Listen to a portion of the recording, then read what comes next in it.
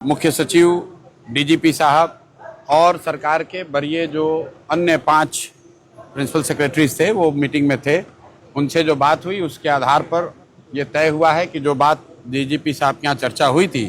पटना में अगले 2-3 साल में एक फ्यूचरिस्टिक ट्रैफिक प्लान बेहतर कैसे बने उसके लिए इंटर डिपार्टमेंटल कोऑर्डिनेशन मीटिंग कम वर्कशॉप होगा,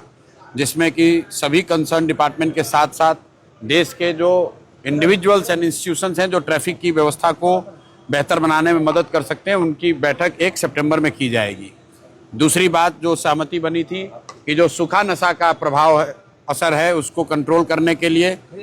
देश भर की जो सिविक सोसाइटी ऑर्गेनाइजेशंस हैं उनके साथ और पटना पुलिस के साथ मिलकर एक कम्युनिटी पुलिसिंग का प्रोग्राम हम लोग बना रहे हैं। उस पर हम लोग आगे डीजीपी साहब और पुलिस विभाग के साथ मिलकर काम करेंगे। तीसरी बात जो पिछले मीटिंग में तय हुई थी कि जो वेंडर्स हैं जहां से अनऑथराइज्ड कलेक्शन पुलिस कर रही है या किसी जोन में जहां पर लोगों ने कब्जा कर लिया है अपना, जिससे ट्रैफिक या रोड सेफ्टी पर प्रभाव पड़ता है, उसका एक स्पेसिफिक लिस्ट हम लोग डीजीपी ऑफिस को देंगे, जिस पर कंसर्न थाना उस पर कार्रवाई करेगा। ये पिछले मीटिंग का फॉलोअप था जिसको आज हम लोगों ने, जिसको चीफ सेक्रेटरी के प्रेजेंस में, सभी वरीय पदाधिकारियों के प्रेजेंस में अप्रूव किया गया कि इसको आगे करना है। इसके अलावा जो चीफ सेक्रेटरी से जुड़े मुद्दे थे उसमें जो सबसे बड़ा मुद्दा है कि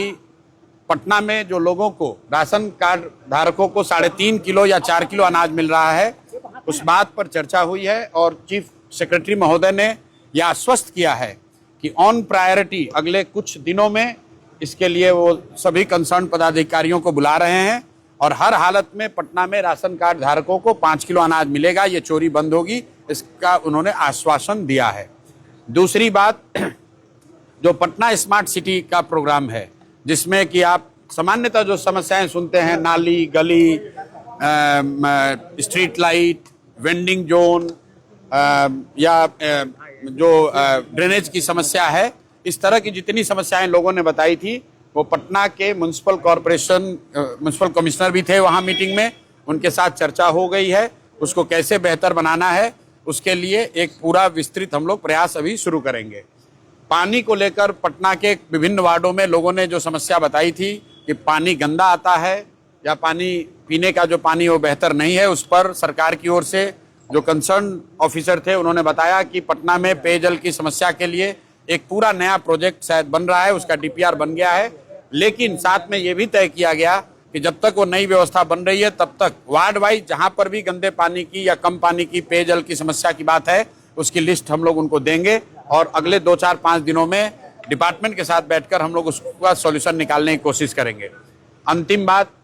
जो एजुकेशन को लेकर हमने घोषणा करी हुई है कि यहाँ पटना में बांकीपुर क्षेत्र के सभी स्कूलों में अगले 1 साल में गुणात्मक सुधार होगा और अगर नहीं होगा तो बच्चों को प्राइवेट स्कूल में पढ़ने की व्यवस्था की जाएगी।